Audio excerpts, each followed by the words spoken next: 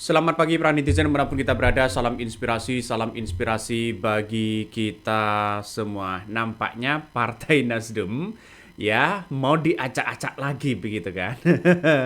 Melihat bocoran ya dari Alus Tempo ini tidak kaleng-kaleng begitu. Banyak yang kemudian ingin ya mengakuisisi ya Partai Nasdem ini. Ada apa dengan Partai Nasdem?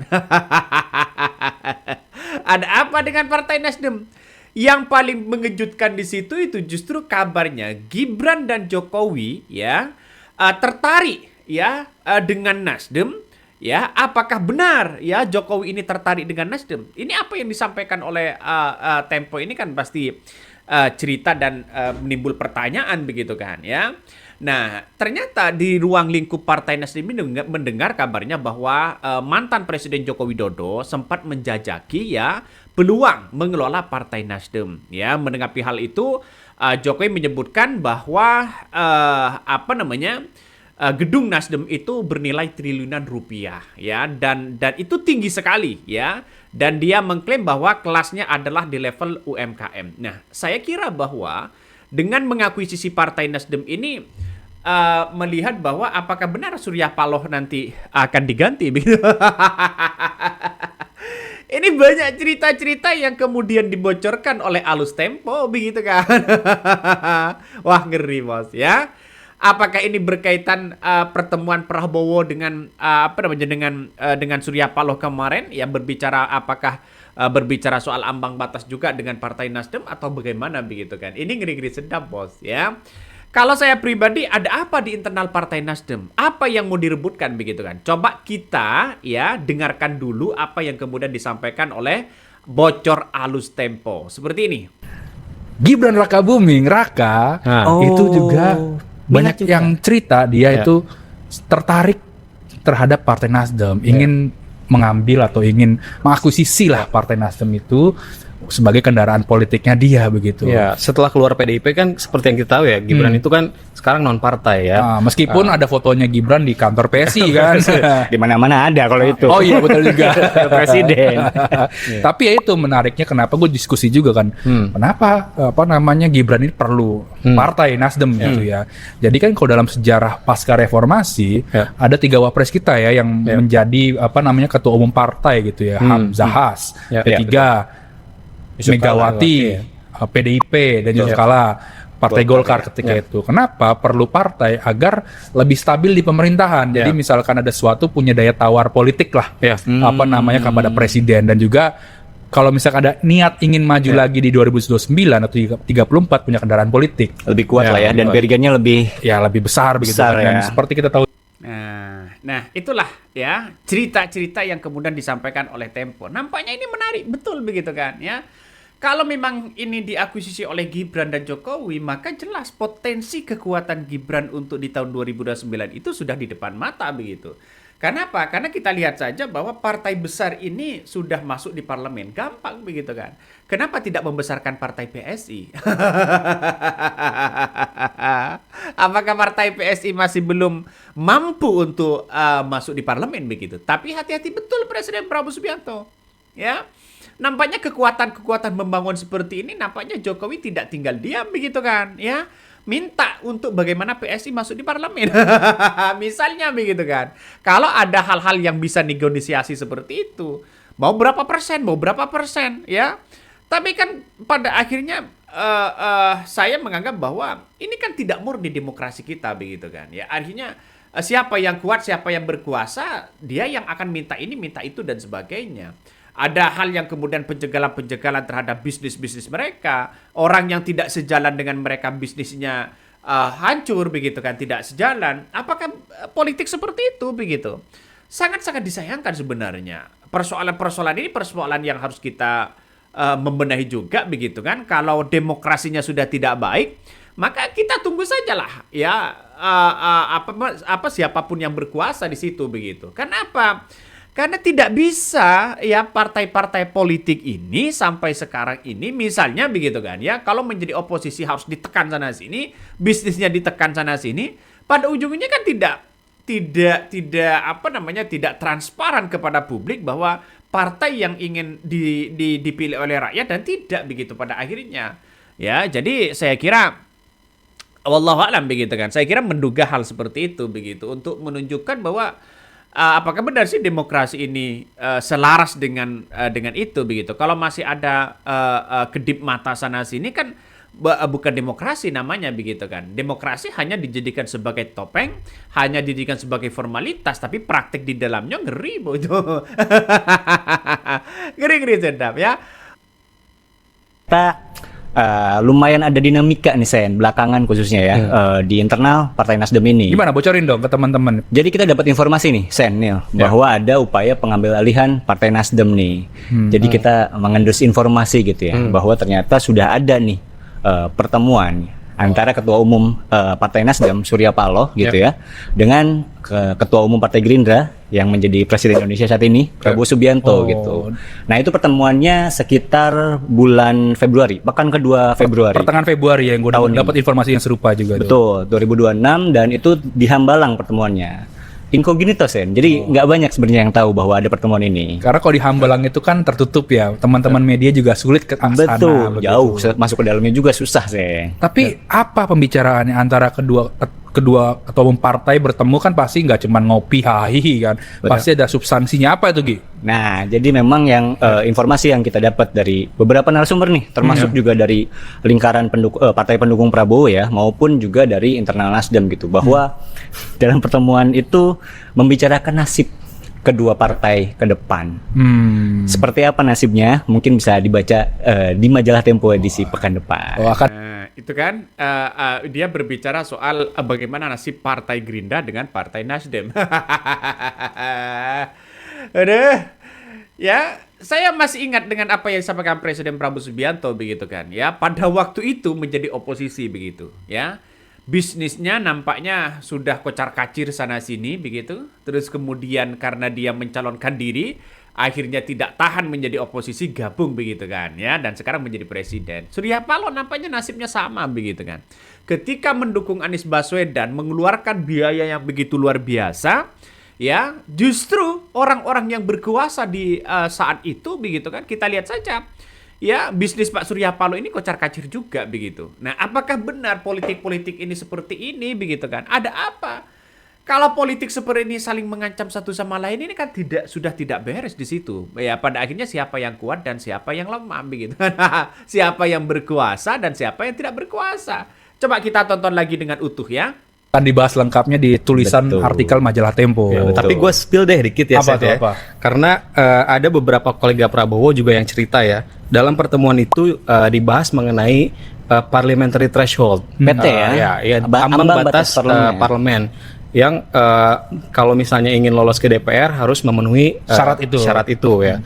Tapi di dalam diskusi itu Prabowo menyampaikan ya soal parliamentary threshold itu apakah ingin naik dari misalnya ingin naik atau tetap dengan ambang batas yang sekarang ya, di mana sekarang itu 4% kan. Ya, walaupun itu. Nah, itu dia berbicara soal ambang batas juga begitu kan. Ambang batasnya yaitu 8% begitu kan ya. 8%. Tapi ada yang begitu mengejutkan. Benar nggak ya seorang Gibran dan Jokowi ini ingin mengambil alih Partai Nasdem begitu kan? Sebagai kendaraan politik di tahun 2029 misalnya.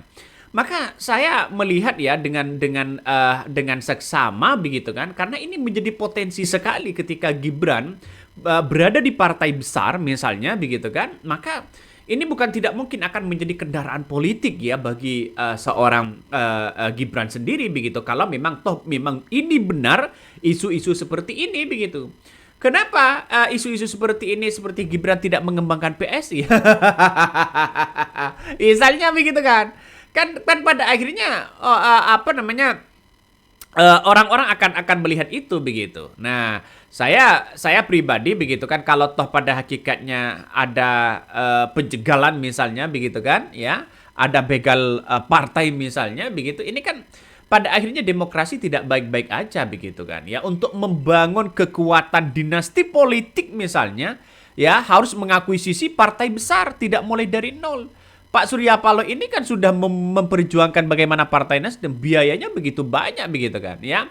Target membangun kekuatan salah satunya itu adalah partai.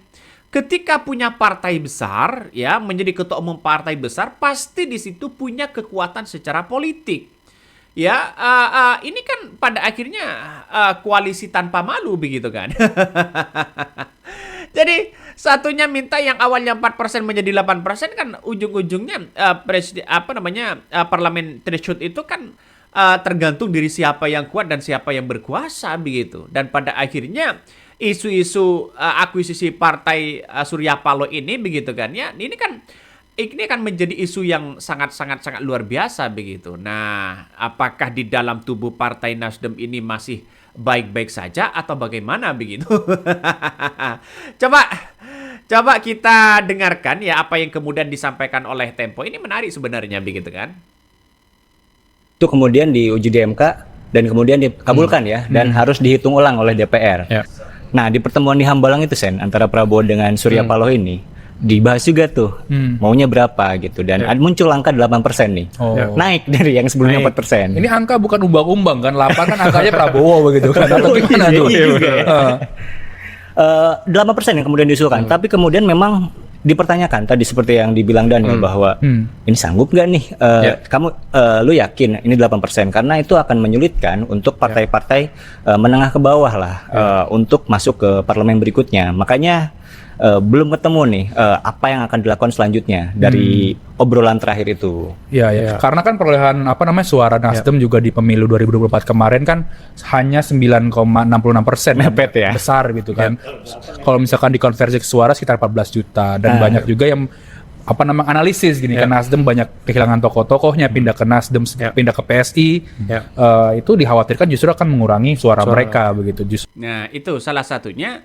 Ya, salah satunya dikhawatirkan juga begitu. Kalau parliamentary threshold ini naik misalnya menjadi 8%, maka suara-suara dari Partai Nasdem ini nasibnya bagaimana begitu? Apalagi partai-partai PSI dan sebagainya begitu.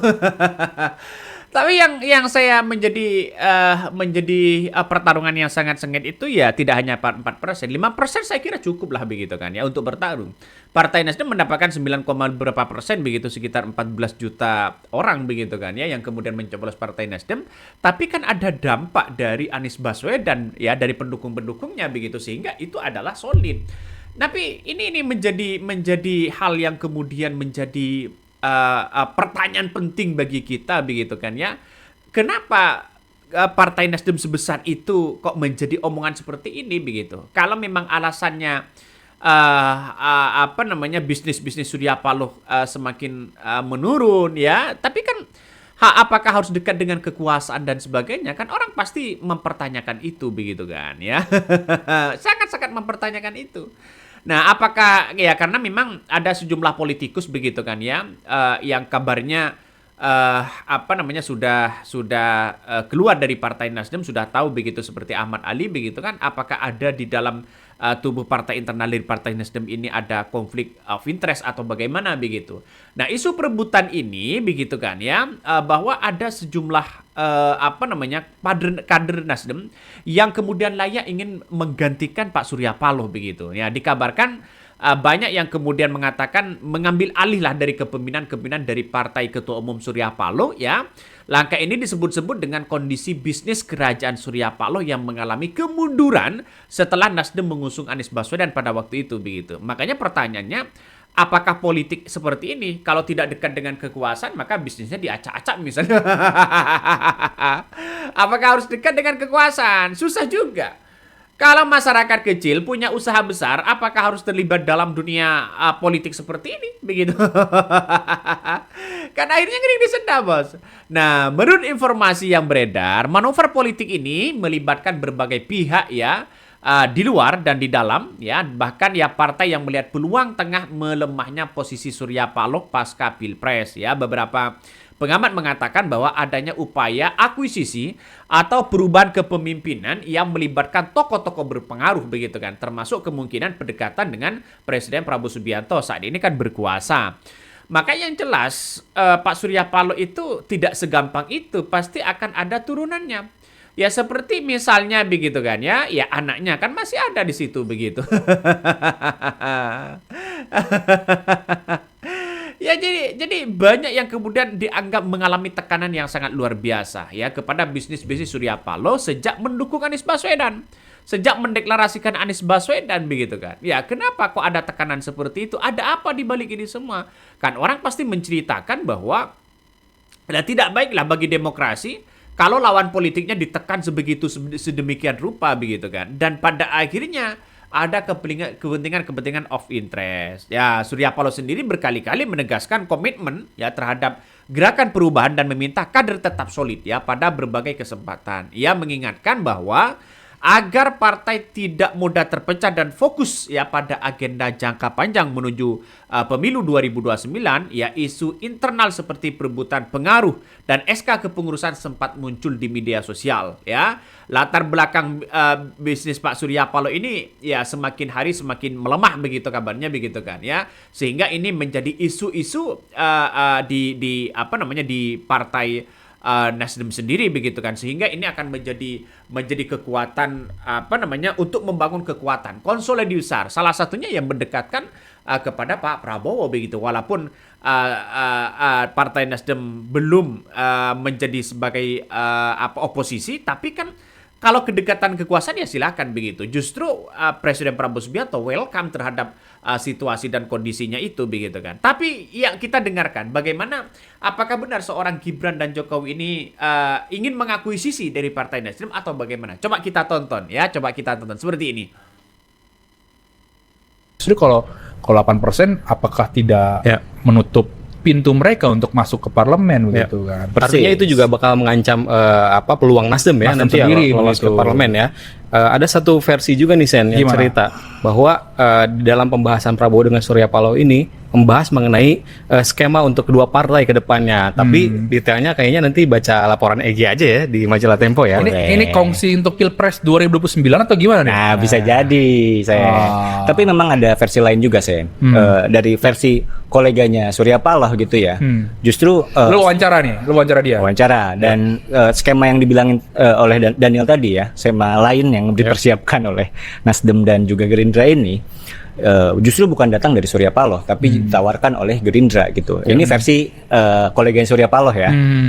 Ternyata tawaran ini ditolak oleh mereka karena tidak membawa manfaat apapun ternyata buat Surya Paloh. Sedangkan ini kan partai yang didirikan Surya Paloh dari nol ya. Jadi ada sentimen internal juga gitu dari Surya Paloh terhadap masa depan partainya ini. Jadi so far belum ketemu tuh kesepakatan dalam pertemuan Hambalang itu soal nasib kedua partai ini. Ya, karena kan dalam politik itu kan merupakan hal yang lumrah ya, membahas kemungkinan bisa terjadi atau tidak segala macam. Yang adalah di ujung untuk keputusan dari Surya Paloh seperti itu. Betul. Nah, gue juga dengar kabar yang sama nih kayak informasi dari mana yang dapat lo? Gue wawancara 5 politikus Partai Nasdem. Mereka cerita bahwa kabar mengenai skema baru dua partai ini menyeruak di internal. Atau pembahasan yang muncul di Hambalang ini nggak realistis. Mereka menduga ya bisa aja tawaran yang sama pun disampaikan oleh Prabowo ke partai-partai lain ya. Gak cuma Nasdem gitu yang pengen baca selengkapnya di majalah Tempo aja. Spill-spillnya kentang lah nih. Mempunyai minat terhadap Partai Nasdem ini ada lagi nih seorang pengusaha setingkat menteri itu juga tertarik mengakuisisi Nasdem gitu ya. Pengusaha lah yang dulu pernah hampir mengambil alih partai yang inisialnya 3. Banyak baca selengkapnya di majalah Tempo. Emang manuver yang udah dilakuin pengusaha menteri ini apa aja sih Sen? Jadi gue mau analogikan seperti klub bola nih. Waduh. Jadi gue punya duit banyak dari klub bola nih. Gue tanya nih, valuasi lu seperti apa sih gitu. Potensi nggak lu masuk pemilu 2029 gitu. Jadi sudah ada komunikasi lah pengusaha sekaligus menteri ini kepada politikus Partai Nasdem gitu. Detailnya laporan majalah. Oke, mungkin itu yang kami sampaikan ya. Tonton terus di channel Hodari Podcast Rakyat ini. Jangan lupa di subscribe.